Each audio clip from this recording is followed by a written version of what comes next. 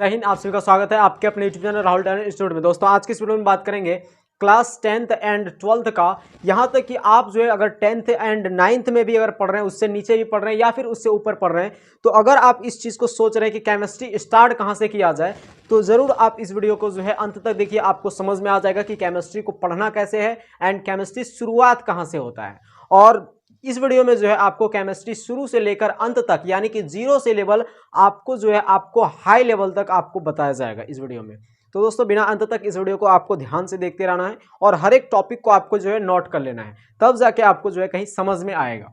तो चलिए देख लेते हैं। हम लोग बेसिक केमिस्ट्री को पढ़ने वाले हैं इस वीडियो में, ना किसी क्लास का है ये, बल्कि ऑल क्लास के लिए है ये, ठीक है। तो चलिए देख लेते हैं। सबसे पहले केमिस्ट्री है, यानी केमिस्ट्री को हम लोग जो हिंदी में कहते हैं वो क्या कहते हैं? रसायन शास्त्र। क्या कहते हैं? रसायन शास्त्र। तो रसायन शास्त्र का डेफिनेशन क्या होता है, ये चीज आपको सबसे पहले पता होनी चाहिए। रसायन शास्त्र का डेफिनेशन क्या होता है, तो ध्यान से समझिए। विज्ञान की वह शाखा जिसमें पदार्थों का संगठन, संरचना और उनके गुणों तथा रासायनिक अभिक्रिया के फलस्वरूप उनमें होने वाले परिवर्तन का, रासायनिक अभिक्रिया के फलस्वरूप उनमें होने वाले परिवर्तन का जिसमें अध्ययन करते हैं, उसे रसायन शास्त्र कहा जाता है। एक बार और सुन लीजिए और इसको नोट कीजिएगा कि ये आपका विज्ञान की वह शाखा जिसमें पदार्थों का संगठन, संरचना और उनके गुणों तथा किसी भी पदार्थ का या फिर किसी भी तत्व का अभिक्रिया के फलस्वरूप, अभिक्रिया के दौरान या अभिक्रिया के फलस्वरूप उसमें हुए परिवर्तन का जिसमें अध्ययन करते हैं, उसे हम लोग रसायन शास्त्र कहते हैं, ठीक है। अब देखिए रसायन शास्त्र की जनक की अगर बात करें तो रसायन शास्त्र का जनक जो है एंथोनी लोवेजियर को कहा जाता है। किसको? लोवेजियर को कहा जाता है। लोवेजियर को कहा जाता है, एंथोनी लोवेजियर। बस आपको लोवेजियर याद रखना है। अब ये जनक का मतलब क्या होता है? मतलब कि केमिस्ट्री की दुनिया में जिन्होंने बहुत ही ज्यादा भूमिका निभाया, बहुत ही ज्यादा जिसने काम किया है केमिस्ट्री में, कई सारे तत्वों को या फिर कई सारी चीजों को जो है जिन्होंने केमिस्ट्री में बताया है, उसी को हम लोग जनक कहते हैं। जैसे देखिए अभी आप मान लीजिए एक अपने हाथ से या फिर अपनी मेहनत से जो है किसी चीज का निर्माण करते हैं। जैसे अभी जो है आप नोट्स बनाएंगे, तो नोट्स जो बनाएंगे उस नोट्स का निर्माता, उस नोट्स का जनक कौन होगा? तो आप होंगे उस नोट्स का जनक, क्योंकि उस नोट्स में जो है मेहनत, उस नोट्स में काम कौन किया है? तो आपने किया है। इस वजह से उस नोट्स का जनक कौन हो जाएंगे? आप हो जाएंगे। उसी तरह से जो है लोवेजियर ने केमिस्ट्री की दुनिया में बहुत ही अच्छा खासा काम किया, जिस वजह से लोवेजियर को केमिस्ट्री का, रसायन शास्त्र का जनक या पिता कहा जाता है। ये जो है आपका ना केवल रासायनिक शास्त्र का, बल्कि ये बहुत आपका जो जीव विज्ञान है यानी कि बायोलॉजी जो है, उस क्षेत्र में भी इन्होंने काफी अच्छा काम किया है। लेकिन इन्हें पिता जो है वो केमिस्ट्री का ही माना जाता है, यानी अत्यंत अच्छा अगर काम किया है तो वो कहाँ किया है? रसायन शास्त्र में किया है, ठीक है। इतना आपको बेसिक नॉलेज होनी चाहिए। उसके बाद अब बात आता है, यहाँ पे आपने एक टॉपिक पढ़ा था पदार्थ, यानी पदार्थों को अंदर घुस के हम लोग जिसमें अध्ययन करते हैं वो रसायन शास्त्र होता है, और बाहरी आवरण अगर अध्ययन कर रहे हैं तो वो भौतिकी होता है। क्लियर है? अब समझते हैं ये जो आपका रसायन है, रसायन, ये दो शब्दों से मिलकर बना है। रसायन जो है वो दो शब्दों से मिलकर बना है। रस जोड़ आयन। क्या होता है? रस जोड़ आयन। रस जोड़ आयन यानी कि रसों या द्रव्यों, जिसका शाब्दिक अर्थ क्या होता है? जिसका शाब्दिक अर्थ अगर बात करें, शाब्दिक अर्थ बात करें तो द्रव्यों का अध्ययन। क्या होता है? द्रव्यों का अध्ययन। द्रव्यों का अध्ययन यानी शाब्दिक अर्थ अगर देखें, रसायन का शाब्दिक अर्थ देखें तो क्या होता है? द्रव्यों का अध्ययन करना, ठीक है। उसके बाद एक और चीज आप याद रखिएगा, ये जो केमिस्ट्री शब्द है CHEMISTRY, केमिस्ट्री जो है वो यूनानी भाषा के, किसके? यूनानी भाषा के कीमिया शब्द से बना हुआ है। किससे? कीमिया शब्द से बना है। कीमिया शब्द से बना है। केमिस्ट्री यूनानी भाषा के कीमिया शब्द से बना है। कीमिया शब्द का अगर अर्थ देखें तो होता है काला। जैसे देखिए किसी पदार्थ को अब अगर अंदर से अध्ययन करके, अभिक्रिया करके अगर उसे आप जलाएंगे तो वो क्या प्राप्त होगा? वो काला ही प्राप्त होगा, यानी उसका दहन करेंगे तो वो क्या निकलेगा? काला ही निकलेगा। तो इसलिए जो है केमिस्ट्री जो है ये कीमिया शब्द से निकला हुआ है, कीमिया शब्द से बना है। यूनानी भाषा का एक शब्द है कीमिया, और जिसका अर्थ क्या होता है? काला होता है, ठीक है, ये आपका एक बेसिक नॉलेज था एक तरह से आपको जो कि पता होनी चाहिए। अब इसमें एक टॉपिक आता है आपका पदार्थ। पदार्थ को ही बेसिकली हम लोग इस चैप्टर में जो है यानी कि बेसिक जो है केमिस्ट्री में हम लोग मेनली पदार्थ को ही उठाते हैं। तो पदार्थ को समझते हैं क्या होता है पदार्थ। अब अगर पदार्थ की बात करें तो पदार्थ किसे कहते हैं? तो पदार्थ जो है एक क्या है जो स्थान घेरता है। पदार्थ किसे कहते हैं? जो स्थान को घेरता हो, जो रुकावट उत्पन्न करता हो और जिसमें द्रव्यमान और आयतन हो। इनमें से कोई एक कंडीशन है तो मतलब वो आपका एक पदार्थ है। जैसे देखिए वायु, वायु क्या है? एक पदार्थ है कि नहीं?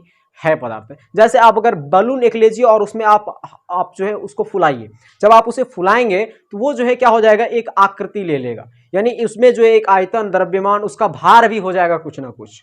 तो ये क्या हो गया? मतलब वो एक पदार्थ है। हवा भी क्या है? एक पदार्थ है। जब उसको उसमें डाला गया यानी कि जब उसमें जो है जब बलून में हवा को जब ब्लो किया गया तो वो जो है एक समय के बाद बलून अपने आप बोल देता है कि अब और मत फूकना नहीं तो मैं फट जाऊंगा। मतलब क्या हो गया कि वो जो है उसकी कैपेसिटी भी होती है, उसका भार भी होता है, उसका आयतन भी होता है। आयतन से ज्यादा उसमें हम नहीं डाल सकते हवा। तो ये क्या हो गया आपका?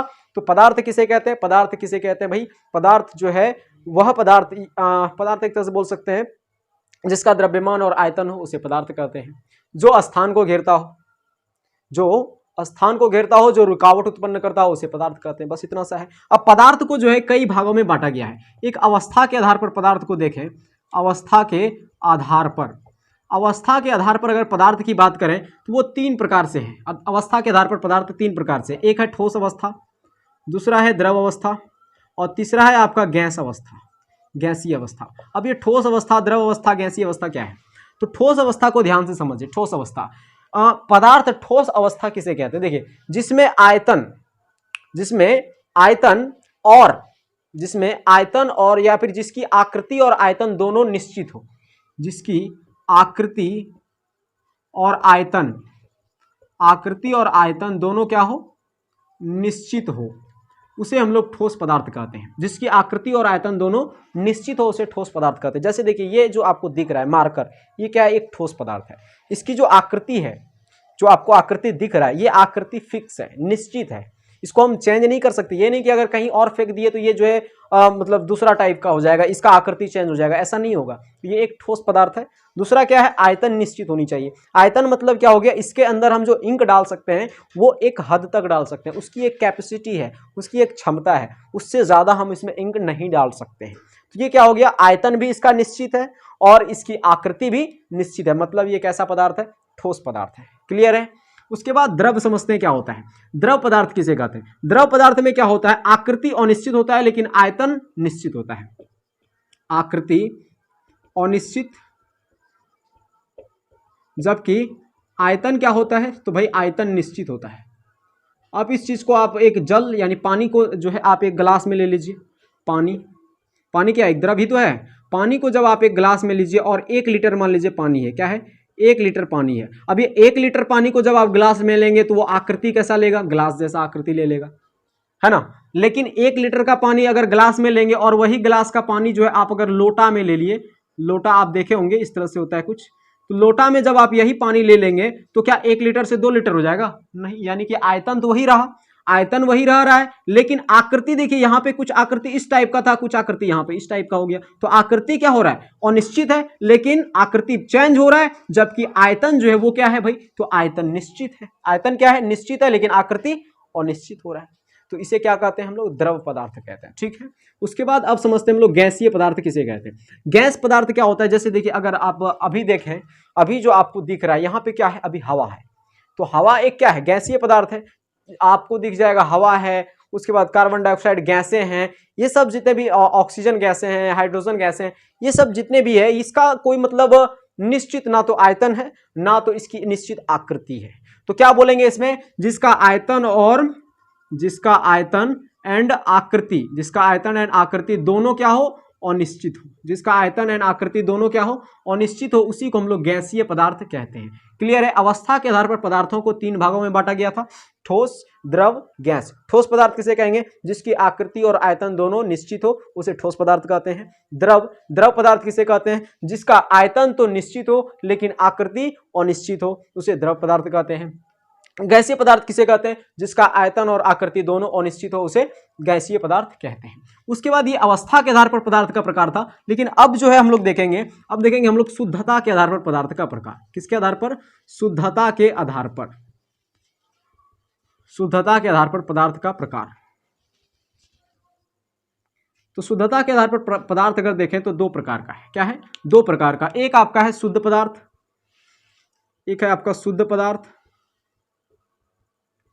और एक है आपका अशुद्ध पदार्थ। शुद्ध पदार्थ को भी जो है आपका दो भागों में बांटा गया है, एक है तत्व, एक है यौगिक। अशुद्ध पदार्थ को भी जो है आपको अशुद्ध पदार्थ में इसमें आ जाएगा आपका मिश्रण, एक ही भाग है इसका। उसके बाद तत्व को भी तीन भागों में बांटा गया है, इसको और तोड़ रहे हैं। तत्व को तीन भागों में कौन कौन सा? एक हो गया धातु, एक हो धातु, और एक हो गया आपका उपधातु। और यौगिक को दो भागों में बांटा गया है, कौन कौन सा? तो यौगिक को दो भागों में बांटा गया, एक आपका हो गया सहसंयोजक यौगिक या फिर संयोजक यौगिक, संयोजक यौगिक, और एक है आपका आयनिक यौगिक। ठीक। मिश्रण को भी जो है आपका दो भागों में बांटा गया, एक है समांगी मिश्रण और एक है विषमांगी मिश्रण। इन सभी चीजों के बारे में, समांगी, विषमांगी, संयोजक, आयोजक और धातु और अधातु, इन सभी चीजों के बारे में चैप्टर वाइज पढ़ने के लिए 10th क्लास में आपका ऑलरेडी चैप्टर रखा हुआ है, तब उसके बारे में पढ़ेंगे। लेकिन हम लोग बेसिक केमिस्ट्री पढ़ रहे हैं तो यहाँ से बस एक तत्व उठाएंगे, यानी कि शुद्ध पदार्थ का एक हिस्सा तत्व को उठाएंगे और तत्व से ही लेकर जो है टोटल केमिस्ट्री का आपको नॉलेज हो जाएगा। तत्व किसे कहते हैं उस चीज को अब ले लेते हैं हम लोग, और तत्व से संबंधित टोटल केमिस्ट्री के बारे में जानने का प्रयास करेंगे। तो ये इस चीज का आप एक स्क्रीनशॉट ले लें, इसको जो है अभी हम लोग साफ कर लेते हैं साथ साथ, और तत्व के बारे में अब हम लोग जान लेगा। तो दोस्तों अब हम लोग जो है तत्व के बारे में जान लेते हैं, तत्व क्या चीज होता है केमिस्ट्री के अंदर, तत्व को समझते हैं अब जरा सा। ठीक, तत्व देखिए क्या है। तत्व जो है एक परमाणु के छोटे छोटे अणुओं से बना होता है। क्या होता है? परमाणु के छोटे छोटे अणुओं से, परमाणु के छोटे छोटे अणुओं से बना होता है, अणु से बना होता है। क्या बना होता है? छोटे छोटे अणु से। तो तत्व जो है वो परमाणु के छोटे छोटे अणुओं से बना होता है। अब कहेंगे आप परमाणु क्या होता है? तो परमाणु जो है एक ऐसा चीज है जिसको हम तोड़ ही नहीं सकते थे, आज नहीं बोल सकते, लेकिन आज से कुछ समय पहले वैज्ञानिकों ने यह डेफिनेशन दिया था कि परमाणु एक ऐसा चीज है, एक ऐसा पदार्थ है जिसका कोई टुकड़ा नहीं किया जा सकता, जिसका कोई खंडन नहीं कर सकता है। समझ रहे हैं ना? यही डेफिनेशन दिया गया था कि परमाणु वह छोटा पदार्थ है, वह सूक्ष्मतम पदार्थ है जिसको हम नहीं तोड़ सकते हैं। लेकिन वैज्ञानिक आगे बढ़ा और उसने और जो है परमाणु को तोड़ दिया और मसल दिया, और परमाणु को जब तोड़ा तो परमाणु के अंदर उन्होंने देखा कि भाई ये परमाणु के अंदर भी तीन तरह की चीजें पाई जाती है। क्या क्या पाई जाती है? तो एक होता है इलेक्ट्रॉन, क्या होता है? एक होता है आपका इलेक्ट्रॉन, एक होता है प्रोटॉन, और एक होता है आपका neutron. Electron, proton, neutron. Electron को ई से डिनोट किया जाता है, प्रोटॉन को आपको जो है पी से डिनोट किया जाता है, और न्यूट्रॉन को एन से डिनोट किया जाता है। इलेक्ट्रॉन का जो आवेश होता है वो माइनस होता है, प्रोटॉन का आवेश प्लस होता है, और न्यूट्रॉन का आवेश ही नहीं होता है, यानी ये आवेशहीन होता है। ठीक है, यहां तक आपका क्लियर होगा। अब आपको समझना है कि ये इलेक्ट्रॉन, प्रोटॉन, न्यूट्रॉन ये जो है आपका दिखता कैसे है, ये जो है आपका दिखता कैसे है। तो एक वैज्ञानिक हुए, उन्होंने जो है बताया कि ये जो आपका परमाणु के अंदर जो ये तीन चीजें दिखती है, इलेक्ट्रॉन, प्रोटॉन, न्यूट्रॉन, ये कुछ इस प्रकार से देखने को मिलता है नाभिक के रूप में।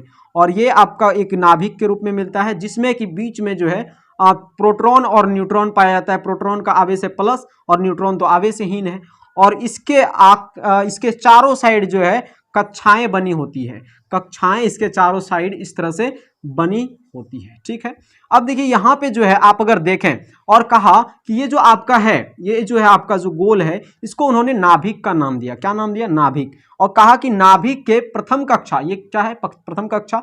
नाभिक के प्रथम कक्षा में जो है आपका 2 इलेक्ट्रॉन रहता है, और ये इलेक्ट्रॉन जो है आपका बाहर दौड़ते रहता है। क्या होता है? बाहर इलेक्ट्रॉन दौड़ते रहता है, यानी कि प्रोटॉन और न्यूट्रॉन नाभिक में रहता है स्थित, और इलेक्ट्रॉन जो है ये कक्षाओं में दौड़ते रहता है। इस कक्षा में भी दौड़ता है, इस कक्षाओं में भी दौड़ता है, और इस कक्षाओं में भी दौड़ते रहता है। ठीक है, और अब समझिए यहां पे इसको हम क्या लिख सकते हैं। और इसने कहा कि ये जो नाभिक का पहले कक्षा में है ये इलेक्ट्रॉन 2 होता है, नाभिक के पहले कक्षा में इलेक्ट्रॉन 2, और लास्ट की कक्षा में इलेक्ट्रॉन 8 होता है। और 8 इलेक्ट्रॉन पूरा करने के लिए कुछ भी कर देगा।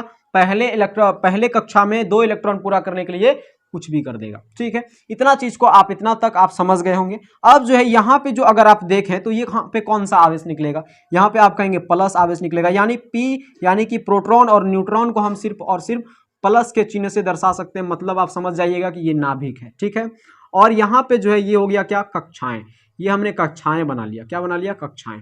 ठीक है, अब यहाँ पे जो पहला कक्षाएं दिख रहा है आपको, ये पहली कक्षाएं जो दिख रही है, ये पहली कक्षाएं में जो है कितना इलेक्ट्रॉन रहेगा, तो 2 इलेक्ट्रॉन रहेगा। और इलेक्ट्रॉन पे चार्ज कैसा होता है, माइनस, और जिस पर माइनस चार्ज रहता है वो काफी ज्यादा एक्टिव रहता है, वो हमेशा अलर्ट रहता है, वो बहुत ज्यादा उसमें एनर्जी रहता है, जिस वजह से वो हमेशा दौड़ते रहता है, जिस वजह से ये इलेक्ट्रॉन जो है ये कभी स्थिर नहीं रहता है, बल्कि अपनी कक्षाओं में हमेशा घूरते रहता है, घूरते रहता है। और ये इलेक्ट्रॉन हमेशा जो है अपनी कक्षाओं में घूरते रहता है, और लास्ट की कक्षाएं जो होती है वो अपना पूरा करने के लिए, यानी कि 8 इलेक्ट्रॉन पूरा करने के लिए कुछ भी ये कर देती है, चाहे ये बगल से भीख भी मांग सकता है, या तो ये अपना त्याग भी कर सकता है, अपने लास्ट वाला यानी कि पीछे वाला 8 इलेक्ट्रॉन पूरा करने के लिए अपना जो आपका उसका साथी है उसको त्याग भी सकता है।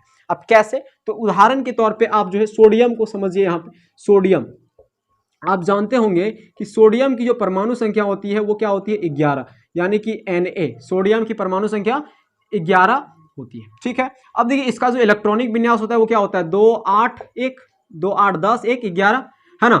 तो यहाँ प्रथम कक्षाओं में क्या है, 2, द्वितीय कक्षाओं में 8, भाई द्वितीय कक्षाओं में 8 है, लेकिन अंतिम कक्षाओं में इसका जो है ये 8 पुराने के लिए कुछ भी कर सकती है ये, तो 2 8 तो हो गया, और अंतिम कक्षाओं में ये 8 पुराना चाहेगा तो 7 बगल से लेगा। अब बताइए 7 बगल से कहां से ये लेगा, क्या आपके पास घर में है इलेक्ट्रॉन जो कि आप इसको 7 दे देंगे ला करके, भाई लो और तुमको जरूरत है 7 इलेक्ट्रॉन का, ले ले हमरे से, ऐसा हो सकता है क्या, नहीं। तो ये क्या करेगा, ये अपनी बाह्य कक्षा में 8 इलेक्ट्रॉन रखने के लिए 1 इलेक्ट्रॉन का त्याग कर देगा। तो 1 इलेक्ट्रॉन का जब त्याग करेगा तो उसी को हम लोग जो है, यानी कि जैसे ही 1 इलेक्ट्रॉन का ये त्याग किया, तो 1 इलेक्ट्रॉन का जब त्याग करेगा तो उसको हम लोग बोलते हैं प्लस का 1, और यही हो जाता है संयोजकता। क्या होता है, संयोजकता। अब ये कौन सी बला है भाई, संयोजकता, तो ध्यान से समझिए। जब कोई परमाणु, जब कोई तत्व के परमाणु, जब किसी तत्व के परमाणु अपने बाह्य कक्षा में 8 इलेक्ट्रॉन पूरा करने के लिए, जब किसी तत्व के परमाणु अपने बाह्य कक्षा में 8 इलेक्ट्रॉन पूरा करने के लिए इलेक्ट्रॉन का त्याग करता है या इलेक्ट्रॉन को ग्रहण करता है, उस संख्या को ही संयोजकता कहते हैं। किसी भी तत्व का परमाणु अपने बाह्य कक्षा में 8 इलेक्ट्रॉन पूरा करने के लिए अपने इलेक्ट्रॉन का या तो त्याग करती है या ग्रहण करती है, और वो जितने इलेक्ट्रॉन का त्याग करती है या जितने इलेक्ट्रॉन को ग्रहण करती है उसी संख्या को हम लोग संयोजकता कहते हैं। समझ गए होंगे संयोजकता को, क्या होता है संयोजकता। ठीक है, बहुत इंपॉर्टेंट है संयोजकता। अब उदाहरण के तौर पे ये हमने सोडियम लिया था, उसके बाद एक और चीज ले लीजिए आप जो है एक और चीज ले लीजिए, आपका क्या बोलते हैं इसको, क्लोरीन ले लीजिए। ठीक है, क्लोरीन ले लीजिए, तो क्या हो जाएगा, क्लोरीन आपका हो जाएगा इधर क्लोरीन 13 हो गया, है ना। क्लोरीन नहीं तो इसको जो है आप खुद से भी बना सकते हैं, नहीं तो आप जो है सबसे पहले आपको ये तरीका पता होना चाहिए कि ये कैसे निकलता है, समझ रहे हैं ना, एक कैसे आखिर निकलता कैसे है, ये चीज आपको जो है पता होनी चाहिए। तो ये चीज जब आपको पता रहेगा तो आराम से आप बना सकते हैं, यानी कि ट्रिक आपको पता होनी चाहिए। तो ट्रिक को आपको जो है सबसे पहले बता दिया जाता है, आपका ट्रिक कैसे निकलता है। ठीक है, तो आप उस ट्रिक को समझिए पहले, इसका एक स्क्रीनशॉट आप ले सकते हैं यहाँ से। ठीक है, ले लिए होंगे स्क्रीनशॉट आप इसका। अब जो है आप ट्रिक को समझिए कि ट्रिक क्या है, आखिर क्या है। तो ट्रिक जब आप जानेंगे तो उसके बाद जो है आप इस चीज को आराम से और इजीली तरीके से आप बना सकते हैं।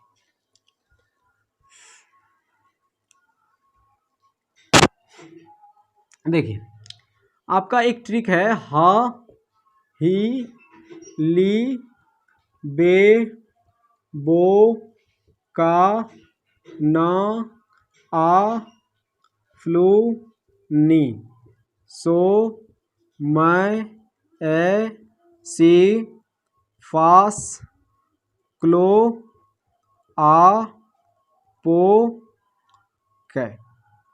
ये आपका एक ट्रिक है। अब देखिए हा से क्या हो जाएगा, ये नाम आपको 2 नाम याद रखना है, 2 नाम है यहां से, एक है हा ही ली बे बो का ना आ फ्लू नी यहां तक आपको एक नाम याद रखना है, और इधर से लेकर आपको एक नाम याद रखना है, सो मैं ए सी फास क्लो आ पो कै। ठीक है, अब देखिए इससे कैसे बनाते हैं, हा से क्या हो जाएगा, ह से हो जाएगा हाइड्रोजन यानी H, ठीक है इतना तक। ही से हो जाएगा हीलियम यानी He, ली से हो जाएगा लिथियम Li, बी से बेरिलियम Be, उसके बाद बो से बोरॉन B, बो से बोरॉन यानी B, उसके बाद यहाँ पे का से कार्बन यानी C, ना से नाइट्रोजन N, आ से ऑक्सीजन O, फ्लू से फ्लोरीन Fl, है ना, फ्लू से फ्लोरीन Fl या फिर शायद F ही होता है, ठीक। फ्लू से फ्लोरीन शायद, हाँ सही है F, ठीक है। नी से नियॉन Ne, सो से सोडियम यानी कि Na हो जाएगा, मै से मैग्नीशियम Mg, और ए से एल्युमिनियम Al, सी से सिलिकॉन Si, फा से फास्फोरस P, और सौ से सल्फर S, क्लो से क्लोरीन Cl, आ से आर्गन Ar, और पो से पोटेशियम यानी कि K, और कै से कैल्शियम यानी Ca। ये हो गया आपका 20 तो टोटल कितना हो गया 20। और इनकी परमाणु संख्या अगर आप बात करें तो परमाणु संख्या आप ढाई से निकाल सकते हैं। परमाणु संख्या, तो परमाणु संख्या आप सीरियली लिख दीजिए, हो जाएगा 1 2 3 4 5 6 7 8 9 10 11 12 13 14 15 16 17 18 19 20। ये हो गया आपका परमाणु संख्या, ठीक है। अब परमाणु संख्या आपने निकाल लिया तो इलेक्ट्रॉनिक विन्यास भी आप अगले निकाल लीजिए। इलेक्ट्रॉनिक विन्यास, इलेक्ट्रॉनिक विन्यास, ठीक है। इलेक्ट्रॉनिक विन्यास जब आप निकाल लेंगे तो संयोजकता भी आप तुरंत निकाल लेंगे। इलेक्ट्रॉनिक विन्यास कैसे निकलता है, देखिए यहाँ पे एक है और पहली कक्षा में 2 इलेक्ट्रॉन होना चाहिए, तो 2 इलेक्ट्रॉन यहाँ पे आपको लिखना ही लिखना है। क्या लिखना है, 2 इलेक्ट्रॉन आपको पहली कक्षा में लिखना है। लेकिन कहां से लिखेंगे भाई, जब एक है तो इलेक्ट्रॉनिक विन्यास क्या लिखेंगे, एक लिखेंगे ज्यादा से ज्यादा, लेकिन वो संयोजकता में अलग बात है क्या लिखेंगे, ठीक है। तो आपको एक ही लिखना है यहाँ पे, समझ रहे हैं, इलेक्ट्रॉनिक विन्यास। अब यहाँ 2 है तो यहाँ पे अब 2 लिख देना है, बस काम खत्म। 3 है तो पहली कक्षा में 2 पुर गया और बचा 1, तो 1 लिख देना है। 4 है पहली कक्षा में 2, उसके बाद दूसरी कक्षा में क्या हो गया 2, ठीक है। 5 है यहाँ पे तो 5 यहाँ 2 पहली कक्षा में 2 और बचा 3।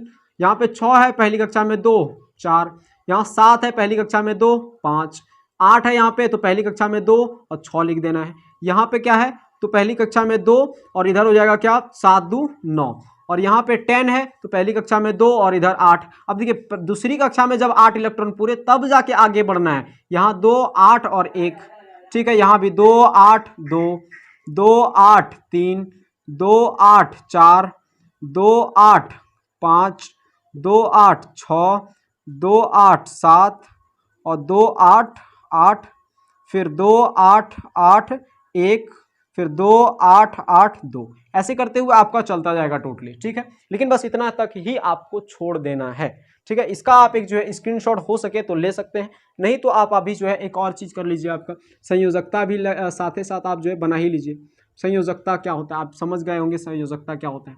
अब देखिए एक यहाँ पे है, अपनी पहली कक्षा में ये 2 इलेक्ट्रॉन पूरा करने के लिए क्या लेगा, तो इलेक्ट्रॉन लेगा, तो 1 इलेक्ट्रॉन ये ले लेता है। जो जितना इलेक्ट्रॉन लेता है उसी को क्या कहते हैं, संयोजकता कहते हैं। 1 हो गया, यानी कि इलेक्ट्रॉन ले रहा है माइनस का चार्ज होगा, लेकिन संयोजकता में माइनस प्लस का चार्ज लिखना नहीं है, बस 1 लिख देना है आपको, ठीक है।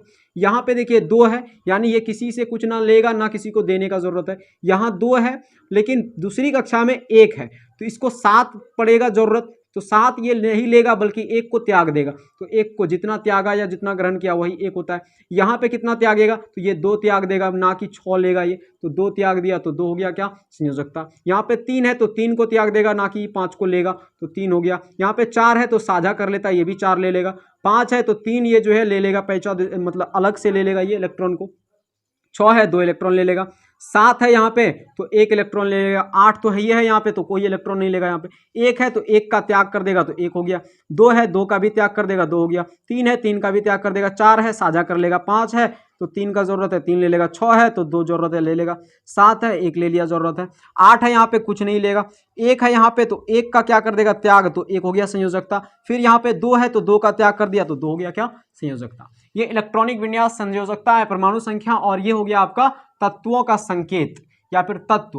तो तत्व आपने समझ लिया, परमाणु संख्या कैसे निकालना है, इलेक्ट्रॉनिक विन्यास संयोजकता। ये आपका एक ट्रिक है तत्व को याद करने का सीरियली वाइज। ह ही ली बेबो का ना आफ्लोनी, ह ही ली बेबो का ना आफ्लोनी, सो मैं ऐसी फास्कलो आपो कै, ठीक है। ह ही ली बेबो का ना आफ्लोनी, यहाँ तक आपको अगर पढ़ लिए ये तो 10 तो आपको याद हो जाएगा, ठीक है।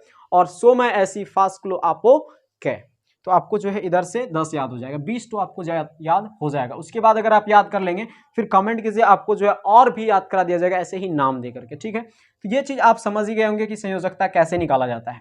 तो इन सभी चीज़ों को आप समझ गए होंगे, साथ साथ सारे चीज़ों को आपने कवर कर लिया होगा। अब जो है आपका जो कुछ चीज़ें हैं, कुछ टॉपिक है, उन सभी टॉपिक को भी जो है हम लोग साथ साथ कवर कर लेते हैं। इसका जो है आप एक स्क्रीनशॉट ले लीजिए। हाँ तो दोस्तों अब अगला टॉपिक देख लेते हैं। अगला टॉपिक है आपका कि तत्व जब किसी से साथ अभिक्रिया करता है तो उसको लिखने का तरीका क्या है। जैसे देखिए एक तत्व हमने लिख लिया ए, एक तत्व हमने लिख लिया बी, ठीक है, और इस दोनों को जो है मिला दिया, ये अभिक्रिया कर रहा है। मान लीजिए ए की जो संयोजकता है वो आपका दे रखा है 2, या फिर ए की संयोजकता जो है आपको m दे रखा है, और बी की संयोजकता आपके पास n दे रखा है। संयोजकता आपको निकालने बता चुके हैं वैसे, ठीक है। तो अब क्या करेंगे, ए और बी जब मिलेगा तो ए बी आपको लिख देना है, और ए के ऊपर जो संयोजकता है वो बी के जड़ में लिखना है, बी के जड़ में यानी m, और बी के ऊपर यानी कि बी की जो संयोजकता n है वो ए के जड़ में लिखना है यहाँ पे। ये आपका बन के तैयार हो गया। इस तरह से आपको लिखा जाता है, ठीक है।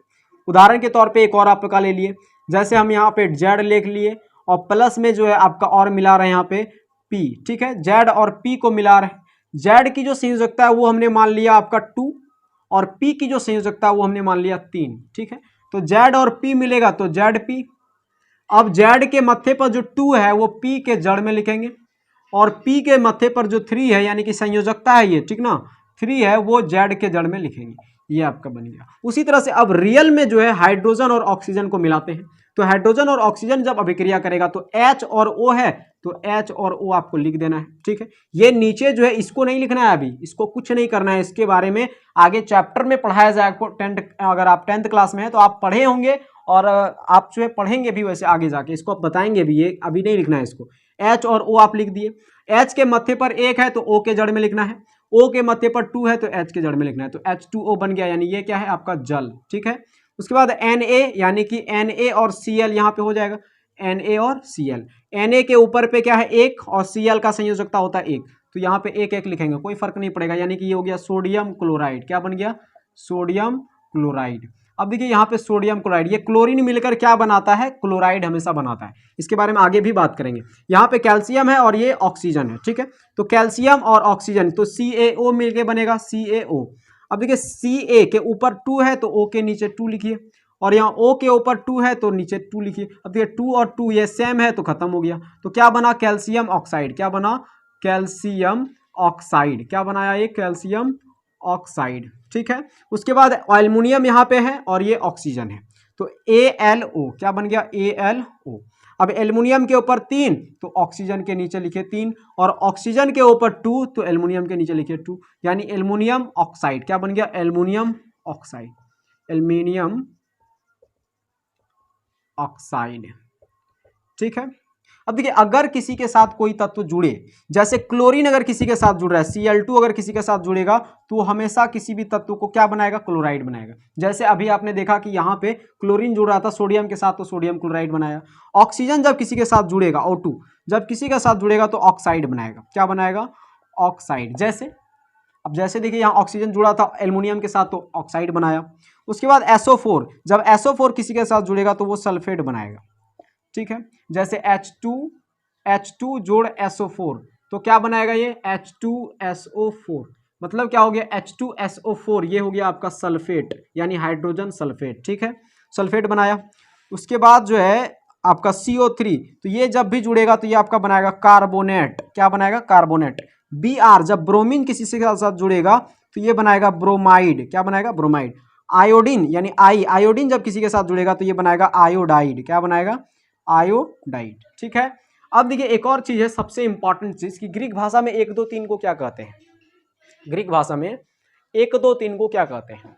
1 को कहा जाता है मोनो, 2 को डाई, 3 को ट्राई, 4 को टेट्रा, 5 को पेंटा, 6 को हेक्सा, 7 को हेप्टा, 8 को ऑक्टा, 9 को नोना, 10 को डेका, ठीक है।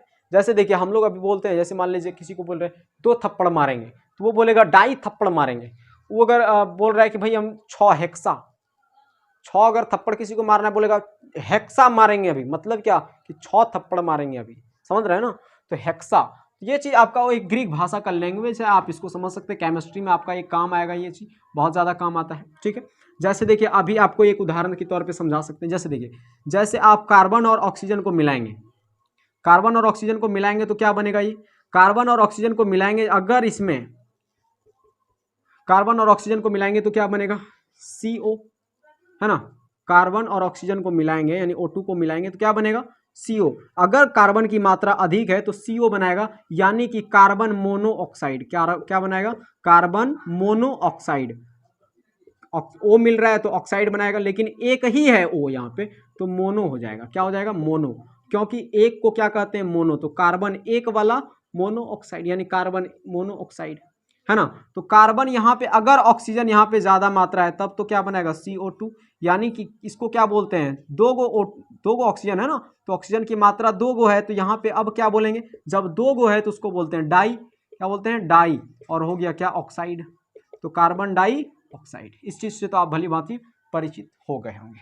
तो दोस्तों ये था आपका एक बेसिक तरीका, या और जो है अगले वीडियो में जो है हो सके तो आपको ये समझा दिया जाएगा कि H को हम लोग H2 क्यों लिखते हैं, और O यानी ऑक्सीजन को हम लोग O2 क्यों लिखते हैं। ये आपको अगले वीडियो में समझा दिया जाएगा। अगर आपको ये इसमें भी कन्फ्यूजन है तो आप जो है कमेंट करके हमें बता सकते हैं कि भाई ये चीज़ का पे एक वीडियो चाहिए, तो इस पे जो है एक छोटा सा वीडियो आपको बता करके इसका डाउट आपको क्लियर करा दिया जाएगा, ऐसे क्यों लिखते हैं, ठीक है। तो दोस्तों मिलते हैं अगले वीडियो में। इसका सबसे पहले आप एक स्क्रीनशॉट ले लें, तो उम्मीद करता हूँ आपने इसका एक स्क्रीनशॉट ले लिया होगा। मिलते हैं अगले वीडियो में, तब तक के लिए जय हिंद, जय भारत।